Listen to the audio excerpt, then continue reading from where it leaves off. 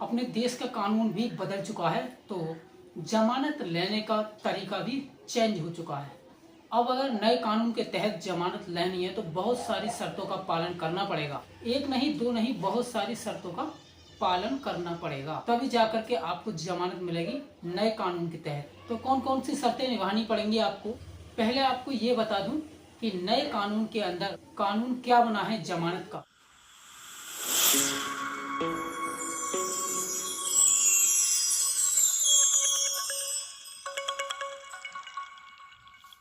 तो साथियों नमस्कार, मैं एडवोकेट सोनू सिंह, स्वागत है हमारे चैनल धाराओं के ज्ञान में। साथियों मैं आज बताने वाला हूं नए कानून के तहत जमानत भी नई कानून के तहत लेनी पड़ेगी। तो पहले 3 कानून होते थे, अब भी 3 कानून बन गए हैं, यानी कि 3 धारा जो बनी है। नंबर 1 478 और 480 और 482, ये तीनों नई धारा बना दी हैं। और कानून को जो नाम है BNSS, भारतीय नागरिक सुरक्षा संहिता। अब जो जमानत मिलेगी BNSS के तहत में, इन धाराओं के तहत में, चाहे पुलिस स्टेशन से जमानत लेनी हो, चाहे एंट्री सपेटरी बेल लेनी हो। पहली धारा जो बना दी है 478, ये बना दी पुलिस स्टेशन के लिए। पहली धारा जो बना दी है 478 पुलिस स्टेशन के लिए। अगर आपके ऊपर ऐसा आरोप है जो जमानती आरोप है, वो आपकी धाराओं को देखकर पता चल जाएगा। और आपको एक चीज और बता देता हूँ, नए कानून के तहत अब नए कानून के अंदर काफी सारी धाराएं जो पहले जमानती होती थी अब गैर जमानती हैं, अब गैर जमानती कर दी हैं। और जो गैर जमानती होती थी कुछ धारा जमानती कर दी हैं। तो ऐसा भी फेर बदल कर दिया है। तो अब ये मत सोचना, अब देख लेना, ये मत सोचना कि पहले वाले कानून में जमानती होती थी तो अब वाले कानून में जमानती मिलेगी। तो आपको नहीं पता तो कमेंट कर देना, उस धारा को तो मैं और मेरी टीम जल्दी से रिप्लाई कर देंगे कि नए कानून में जमानती है फिर या नहीं है। अगर आपकी वो धारा, यानी कि जिसके तहत में आपके ऊपर आरोप लगे हैं, अगर वो जमानती है, तब आपको जमानत लेने के लिए कहीं नहीं जाना है। अब आप पुलिस स्टेशन में जाना है जमानत लेने के लिए। और किस पुलिस स्टेशन में जाना है? जिस पुलिस स्टेशन में आपके खिलाफ पर्चा कटा है, वहाँ आपको आईओ जमानत दे देगा। लेकिन अब आपको कोर्ट कचहरी के चक्कर काटने नहीं पड़ेंगे, न किसी वकील को करने की जरूरत है। जैसे आईओ के पास आपका केस है तो आईओ से कह सकते हैं, भाई साहब आपके पास मेरा केस है, मेरे को जमानत दे दो, मैं जमानत का हकदार हूँ। तो आईओ वहाँ पर आपको कुछ शर्तें बताएगा। मैं आपको सारी शर्तें कानून के अंदर बता भी, तो वो जो शर्तें आपको बताएगा उन शर्तों का पालन करना पड़ेगा। आपसे आईओ बॉन्ड लेता है या मुचलका भरवाता है, और मुचलका भरवा के आपको जमानत पर छोड़ देता है। लेकिन आपकी जानकारी के लिए बता दूं, पुलिस स्टेशन से ली हुई जमानत यानी कि बेल सिर्फ तब तक वैलिड होती है जब तक आपको कोर्ट में पेश नहीं कर देते। यानी कि आपके मुकदमे की चार्जशीट जैसे कोर्ट में पेश हुई, जो पुलिस स्टेशन वाली जमानत है, एक्सपायरी डेट खत्म हो जाती है। और वो जो शर्तें लगाएगा पुलिस वाला, तो वो निभानी पड़ेंगी। अगर आपने शर्तें तोड़ दी तो उसके बाद पुलिस स्टेशन वाली बेल खारिज हो जाएगी, यानी कैंसिल हो जाएगी। तो अब आप पुलिस स्टेशन से जमानत ले सकते हैं जमानती मामले में, और किसी को पैसा देने की जरूरत नहीं है, न कोई वकील करने की जरूरत है। ठीक इसी के तहत में मुचलका भरवाएगा। लेकिन आपका मामला नॉन अवेलेबल है, यानी कि गैर जमानती मामला है। जैसे दहेज का केस गैर जमानती है, रेप केस हो गया, मर्डर केस हो गया, डोमेस्टिक केस हो गया, या बेईमानी का केस हो गया। जैसे धारा 420 पहले बोलते थे, अब 318 सबसेक्शन 4 में आएगा। ये सब नॉन अवेलेबल गैर जमानती अपराध है। अगर आपको इन मामलों में जमानत लेनी है तो इनमें 2 तरीके हैं। या फिर आप एडवांस में जमानत ले लो, जिसको एंट्री सपेटरी बेल बोलते हैं। एंट्री सपेटरी बेल इसलिए ली जाती है कहीं पुलिस वाले उसके घर पर ना पहुंच जाएं, जिसके खिलाफ में एफआईआर हुई है। एडवांस में जो बेल मिलेगी सेशन कोर्ट से या फिर हाई कोर्ट से। सबसे पहले आपको एप्लीकेशन सेशन कोर्ट में लगानी पड़ेगी। अगर सेशन कोर्ट रिजेक्ट कर देता है तब आप हाई कोर्ट में लगा सकते हैं। अगर आपके खिलाफ में नए कानून के तहत में मुकदमा बना है और उसकी चार्जशीट कोर्ट में चली जाए तो फिर आपको जमानत मिलेगी। तो धारा 480 के तहत, जिसको हम रेगुलर बेल बोलते हैं, अब रेगुलर बेल इतनी आसानी से नहीं मिलेगी, काफी सारी शर्तें लगेंगी, काफी सारी चीजें बदल दी हैं धारा 480 में भी और धारा 482 में। ये नहीं कि मुंह देखकर जमानत दे, यहाँ पर 480 के तहत में शर्त ये लगेगी कि अगर कि कोई इंसान 3 साल से ज्यादा सजा काट चुका है किसी केस में, तब उसको जमानत नहीं मिलेगी। अगर कोई व्यक्ति 7 साल या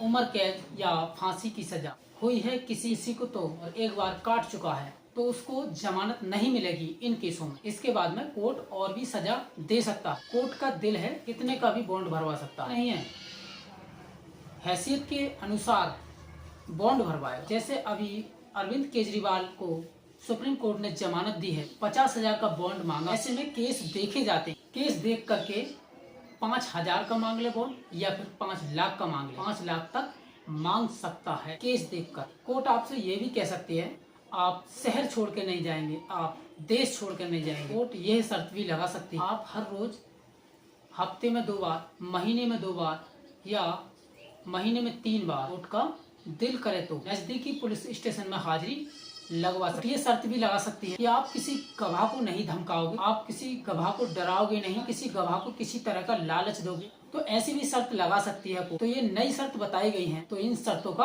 पालन करना पड़ेगा। अगर किसी ने कहा नहीं जी मैं इन शर्तों को नहीं मानता और इन शर्तों का पालन नहीं करूंगा, कोर्ट एप्लीकेशन रिजेक्ट कर देगी, आपको बेल नहीं देगी। कोर्ट ये भी शर्त भी लगा सकती है जैसे आपके ऊपर आरोप लगे हैं, ऐसे आरोप से संबंधित कोई क्राइम है तो आप उसमें इन्वॉल्व नहीं हो। अब 480 के तहत में कोर्ट में पावर आ चुकी है, तो आपको रेगुलर बेल लेनी है तो इन शर्तों का पालन करना पड़ेगा, अदरवाइज आपको जमानत नहीं मिलेगी। सेक्रेटरी में भी यही हो सकता है। जैसे आप सेशन कोर्ट में जाते हैं, आप सेशन कोर्ट में एप्लीकेशन लगा सकते हैं। कोर्ट सिर्फ 2 चीजें देखती है, आपके ऊपर कोई रेप केस तो नहीं है या फिर कोई गैंग रेप तो नहीं लगा है, ऐसे में आपको सेशन कोर्ट से जमानत नहीं मिलेगी। और इसके अलावा कोई मैटर है, और इसके अलावा और कोई मैटर है, गवाह को नहीं धमकाएगा, शहर छोड़कर नहीं जाएगा, देश छोड़कर नहीं जाएगा, लालच नहीं देगा गवाह को, या कोई ऐसा कोई क्राइम नहीं करेगा, तो ये वाली शर्तें रख सकती है, तब आपकी पिटीशन लगे। 478 के तहत में पुलिस स्टेशन अगर मामला जमानती है और मामला गैर जमानती, धारा 482 एंट्री सेक्रेटरी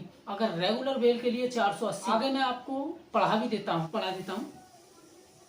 देखिए धारा 478 पॉइंट नंबर 1, जब गैर जमानती अपराध के आरोपी व्यक्ति के अलावा किसी अन्य व्यक्ति को पुलिस स्टेशन के प्रभारी अधिकारी द्वारा बिना वारंट के गिरफ्तार या हिरासत में लिया जाता है या अदालत के सामने पेश किया जाता है या लाया जाता है और किसी भी समय तैयार किया जाता है, ऐसे अधिकारी की हिरासत में रहते हुए या ऐसे न्यायालय के समक्ष जमानत देने की कार्रवाई के लिए भी चरण में ऐसे व्यक्ति को जमानत पर रिहा किया जा सकता है, बशर्ते कि ऐसा अधिकारी या न्यायालय यदि वह उचित समझे कर सकता है और करेगा। यदि ऐसा व्यक्ति निर्धन है और जमानत देने में असमर्थ है तो ऐसे व्यक्ति से जमानत बॉन्ड लेने के बजाय उसकी उपस्थिति के लिए बॉन्ड निष्पादित करने पर उसे मुक्त कर देगा, जैसे कि उसके बाद प्रदान किया गया स्पष्टीकरण, जहां कोई व्यक्ति अपनी गिरफ्तारी की तारीख के 1 हफ्ते के भीतर जमानत बॉन्ड देने में असमर्थ है, यह अधिकारी या न्यायालय के लिए यह मानने का पर्याप्त आधार होगा कि वह उस परंतु के प्रयोजन के लिए आप एक गरीब व्यक्ति है, बशर्ते कि एक धारा की किसी भी बातों को धारा 135 या 192 की उपधारा सबसेक्शन 3 के प्रावधानों को प्रभावित करने वाला नहीं माना जाएगा। उपधारा 1 में किसी बात के बावजूद कहाँ कोई व्यक्ति उपस्थिति के समय और स्थान के संबंध में बॉन्ड या जमानत बॉन्ड की शर्तों का पालन करने में विफल रहा है, अदालत उसे जमानत पर रिहा करने से इनकार कर सकती है। जब वह उपस्थिति को बाद में उसी मामले में अदालत के सामने पेश होता है या हिरासत में लाया जाता है और इस तरह का बॉन्ड भी इनकार अदालत की शक्तियों पर प्रतिकूल प्रभाव डाले बिना होगा, जिसके तहत वह ऐसे बॉन्ड या जमानत बॉन्ड से बंधे किसी भी व्यक्ति को धारा के तहत दंड भुगतान करने के लिए कहा जा सकता है। अब आ जाते हैं धारा 480.1।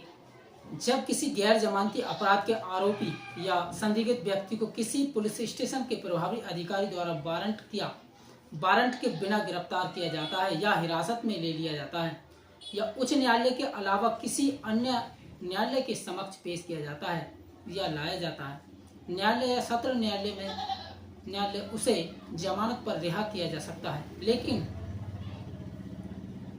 ऐसे व्यक्ति को रिहा नहीं किया जाएगा यदि ये विश्वास करने के लिए उचित आधार दिखाई देते हैं कि वह मौत या आजीवन कारावास से दंडनीय अपराध का दोषी है।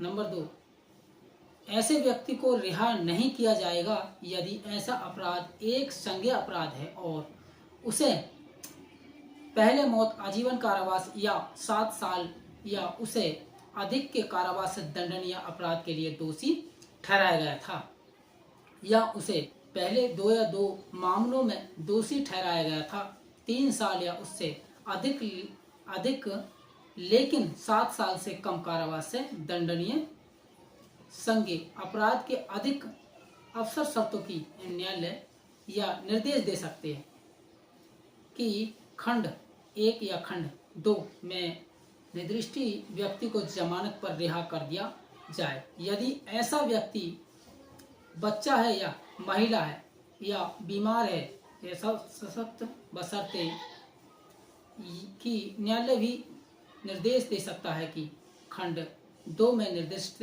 व्यक्ति को जमानत पर रिहा कर दिया जाए यदि वह संतुष्ट है कि किसी अन्य विशेष कारण से ऐसा करना उचित बशर्ते उसकी केवल ये तथ्य किसी आरोप व्यक्ति को जांच के दौरान गवाहों द्वारा पहचाने जाने या पहले 15 दिनों से अधिक समय तक पुलिस हिरासत की आवश्यकता हो सकती है।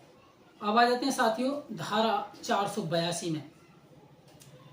जब किसी व्यक्ति के पास विश्वास करने का कारण हो कि उसे गैर जमानती अपराध करने के आरोप में गिरफ्तार किया जा सकता है, तो वह इस धारा के तहत निर्देश के लिए उच्च न्यायालय या सत्र न्यायालय में आवेदन कर सकता है और वह न्यायालय यदि उचित समझे निर्देश दे सकता है कि ऐसी गिरफ्तारी की स्थिति में उसे जमानत पर रिहा कर दिया जाएगा। नंबर 2, जब उच्च न्यायालय या सत्र न्यायालय उपधारा 1 के तहत कोई निर्देश देता है तो वह विशेष मामलों के तथ्यों के आलोक में ऐसे निर्देशों में ऐसी शर्तें शामिल कर सकता है जैसा वह उचित समझे, जिसमें शामिल है एक शर्त की व्यक्ति आवश्यकता पड़ने पर खुद को पुलिस अधिकारी द्वारा पूछताछ के लिए उपलब्ध कराएगा। नंबर 2, एक शर्त की वह व्यक्ति प्रत्यक्ष या अप्रत्यक्ष रूप से मामलों के तथ्यों से परिचित किसी भी व्यक्ति को कोई प्रलोभन, धमकी या बाधा नहीं करेगा ताकि उसे अदालत या किसी पुलिस अधिकारी को ऐसे तथ्यों का खुलासा करने से रोका जा सके। नंबर 3, एक शर्त की व्यक्ति न्यायालय की पूर्व अनुमति के बिना भारत नहीं छोड़ेगा। नंबर 4, ऐसी अन्य शर्त जो धारा 480 की उपधारा 3 के तहत लगाई जा सकती है, जैसे कि जमानत उस धारा के तहत दी गई हो। नंबर 3, यदि ऐसे व्यक्ति को उसके बाद ऐसे आरोप पर किसी पुलिस स्टेशन के प्रभारी अधिकारी द्वारा वारंट के बिना गिरफ्तार किया जाता है और गिरफ्तारी के समय या किसी भी समय ऐसे अधिकारी की हिरासत में जमानत लेने के लिए तैयार किया जाता है, तो उसे जमानत देनी होगी, जमानत पर रिहा किया जाए। और यदि कोई मजिस्ट्रेट ऐसे अपराध का संज्ञान लेते हुए निर्णय लेता है कि पहली बार में उस व्यक्ति के खिलाफ वारंट जारी किया जाना चाहिए, तो वह उपधारा 1 के तहत न्यायालय के निर्देश अनुरूप जमानती वारंट जारी करेगा। नंबर 4, इस धारा की कोई भी बात भारतीय न्याय संहिता 2023 की धारा 65 और धारा 70 की उपधारा 2 के तहत अपराध करने के आरोप किसी भी व्यक्ति की गिरफ्तारी से जुड़ी किसी मामले पर लागू नहीं होगी। तो साथियों, ये हमने सब धारा के बारे में बता दी है, जमानत कैसे लेनी है। अगर आपको नए कानून के तहत जमानत लेनी है तो काफ़ी सारी शर्तों का पालन करना पड़ेगा। तो साथियों, ये जानकारी आपको पसंद आई हो, समझ में आ गई हो, या आपको ये जानकारी अच्छी लगी हो तो इसको लाइक कर लें, सब्सक्राइब कर लें, और अच्छी नहीं लगी हो तो इसको डिसलाइक कर दें। Thank you, thank you, thank you my dear, thank you. आज के लिए इतना ही काफ़ी है, तब तक के लिए जय हिंद।